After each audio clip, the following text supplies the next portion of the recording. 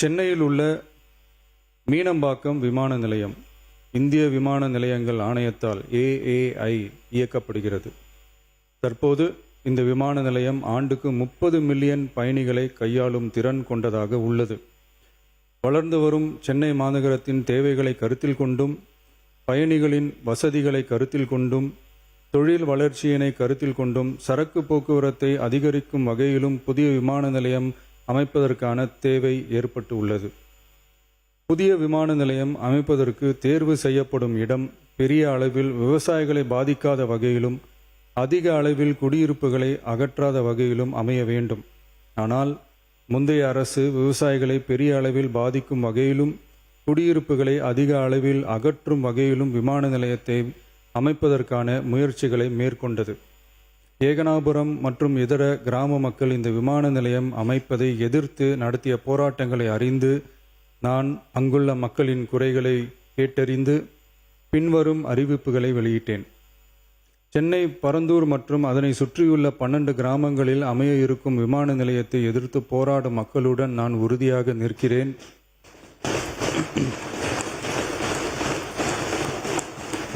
நீண்ட நாட்களுக்கு மேலாக இந்த திட்டத்திற்கு எதிராக போராடி வரும் விவசாயிகளுக்கு எனது ஆதரவை தெரிவித்துக் கொள்கிறேன். விவசாயிகளே நாட்டின் முதுகெலும்பு. இந்த விவசாய நிலங்களை பாதுகாக்க இந்த மக்கள் போராடி வருகிறார்கள். விக்கிரவாண்டியில் அக்டோபர் 2024 நடந்த பொதுக்கூட்டத்திலேயே பரந்தூரில் புதிய விமான நிலையம் அமைப்பதற்கு எதிர்ப்பு தெரிவித்திருக்கிறேன். தொழில் வளர்ச்சி மற்றும் அதற்கான விமான நிலையங்களின் பங்கு பற்றி நான் நன்கு அறிவேன்.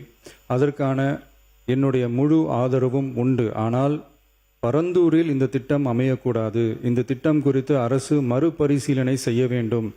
குறைவான விவசாய நிலங்கள் பாதிக்கப்படும் வகையிலும், மக்களின் வாழ்வாதாரம் பாதிக்காத வகையிலும் மாற்று இடத்தை தேர்வு செய்ய வேண்டும் என தெரிவித்திருந்தேன். மக்கள் மத்தியிலே நான் அன்றே அறிவித்ததை நிறைவேற்றும் பொருட்டு புதிய விமான நிலையம் அமைப்பது குறித்து உயர் அதிகாரிகளிடமும் துறை வல்லுநர்களிடமும் விரிவாக ஆலோசனை நடத்தினேன். ஏற்கனவே நான் உறுதி அளித்தவாறு பரந்தூரில் புதிய விமான நிலையம் அமைக்க மேற்கொண்ட நடவடிக்கைகள் இந்த அரசால் கைவிடப்படும்.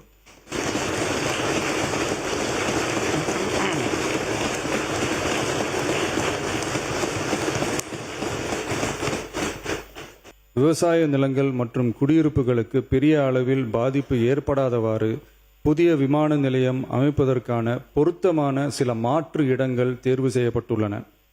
அவ்விடங்களில் தொழில்நுட்ப ரீதியான சாத்தியக்கூறுகளை சம்பந்தப்பட்ட துறைகள் மூலம் விரிவான ஆய்வு மேற்கொண்டு புதிய விமான நிலையத்திற்கான இடம் விரைவில் இறுதி செய்யப்படும். இதற்கிடையில் சென்னை மீனம்பாக்கம் விமான நிலையத்தை மேலும் விரிவாக்கம் செய்து அதன் வடமேற்கு பகுதியில் ஆண்டுக்கு கூடுதலாக 20 மில்லியன் பயணிகளை கையாளக்கூடிய டெர்மினல் 5 என்ற புதிய பயணிகள் முனையம் அமைக்க ஏர்போர்ட்ஸ் அத்தாரிட்டி ஆஃப் இந்தியாவுடன் இணைந்து அணுகுசாலை மற்றும் மேம்பாலம் அமைப்பதற்கான நடவடிக்கைகள் மேற்கொள்ளப்படும்.